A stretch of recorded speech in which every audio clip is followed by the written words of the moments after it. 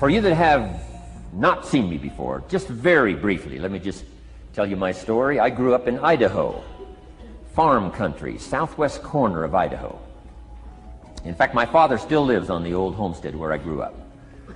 He'll be 89 his next birthday, still hasn't retired. I'm proud of my dad. He's never been ill, he's really something. I'm trying to get him to retire this year, 88. I'm telling my father, what a good year to retire when you're 88. And he says, hey, talk to me in 10 years, right? I might be ready. But anyway, I went to high school, I graduated. I went to college 1 year. Halfway through my second year of college, I decided I was smart enough, so I quit. One of my major mistakes. I should have stayed in school.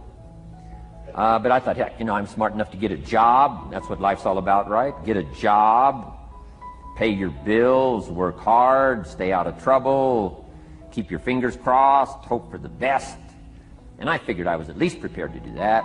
So I quit college and went to work. A little while later, got married, got my little family going, and I'm out there doing what I thought was the best I could. But about age 25, I'm starting to struggle. I've purchased a little more than I can conveniently pay for on time. And the creditors are starting to call saying, hey, you told us the check was in the mail. What's the deal? And I'm getting embarrassed by that. I'm also embarrassed, big mouth me, with all the fancy promises I made to get married. I'm way behind on those promises. And I'm getting discouraged, wondering what to do. And I thought, well, maybe I should go back to school. Right? 1 year of college, pretty short on an application. But, tough to go back to school, right? Especially when you got your family going. Time to stay is when you're there. So I discounted that. I thought, well, if I, had my own business, that would be the way to go. But, I'm short on money. Too much month at the end of the money. If you've ever been there, that's where I was, age 25. So I had to discount that, and I'm discouraged, wondering, where do I go from here? And then the miracle happened for me. Good fortune came my way. And who can explain good fortune?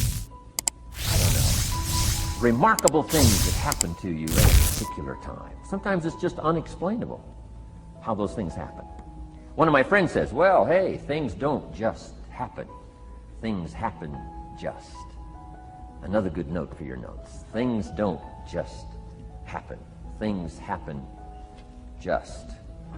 And maybe that's it. I don't know. I'm an amateur on life, I guess, like most of us are, trying to figure it out, how to make it valuable. But I was ready. And my good fortune was, at age 25, I met a very wealthy man. His name was Mr. Schoaf, Mr. Earl Schoaf.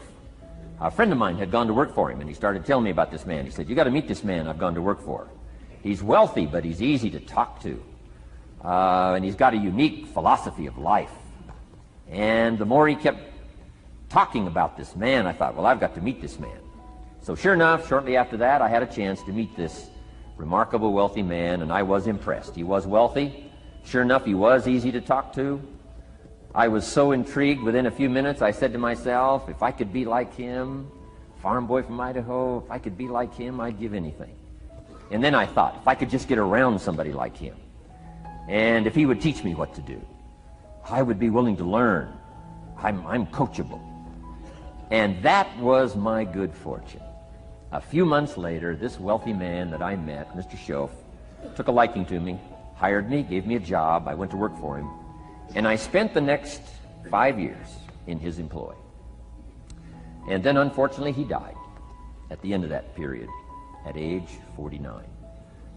His last 5 years, but the first 5 years of my new life, I got to spend with this remarkable man. And my dream came true. He coached me. He taught me. He taught me the books to read. He taught me the disciplines. He taught me the changes to make in my language and personality. And the things he shared with me during that 5 years literally changed my life, turned my life around, changed my income, changed my bank account, changed my future, changed everything. I've never been the same since that unique experience.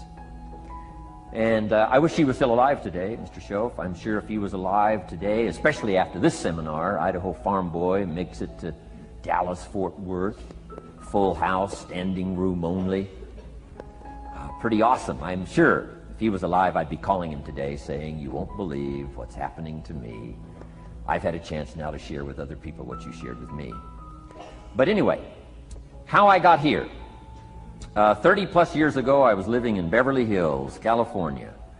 And one day a friend of mine, businessman friend, said, Jim, I'd like to have you come and share your story with my service club that I belong to, the Rotary Club. He said, I know your story, Idaho farm boy makes it to Beverly Hills.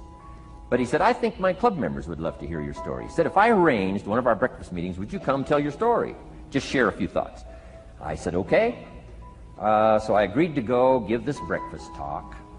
And guess what? They liked it.